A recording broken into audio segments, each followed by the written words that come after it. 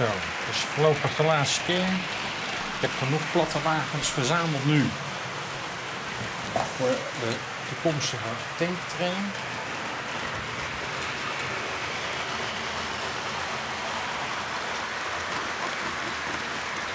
Dus we gaan even verzelen. Platte wagens. De kalktrain bereidt een van zijn laatste ronden. Shell train, zoals ze eruit hebben gezien in 1970, met deze belettering, met deze emblemen, symbolen. Je ziet twee even Roshis. Eén is natuurlijk helemaal kaal, dus die moet een beetje opgeknald worden. Deze is helemaal perfect. Alleen de wiel moet eventjes op de Ros gezet worden. Dat zie ik.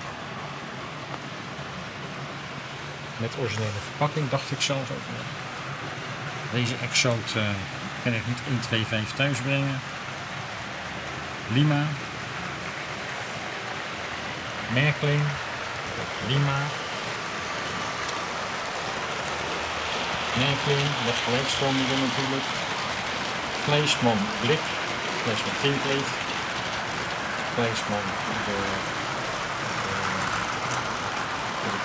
dit noemen ze de junior serie, dus dan zal dit wel de professionele of de senior serie zijn. En voor de rest allemaal blikken balkonnetjes met de belettering zoals die was van 1961 tot 1971. Toen kwamen de andere letters in het gebruik. Die letters zie je daarachter al. I've collected my flat cars for a tank train, so that will be formed in the future. One of the last rides of the chalk train, which was active between Velzen and Maastricht, vice versa. Chalk for the iron industry. The ore industry.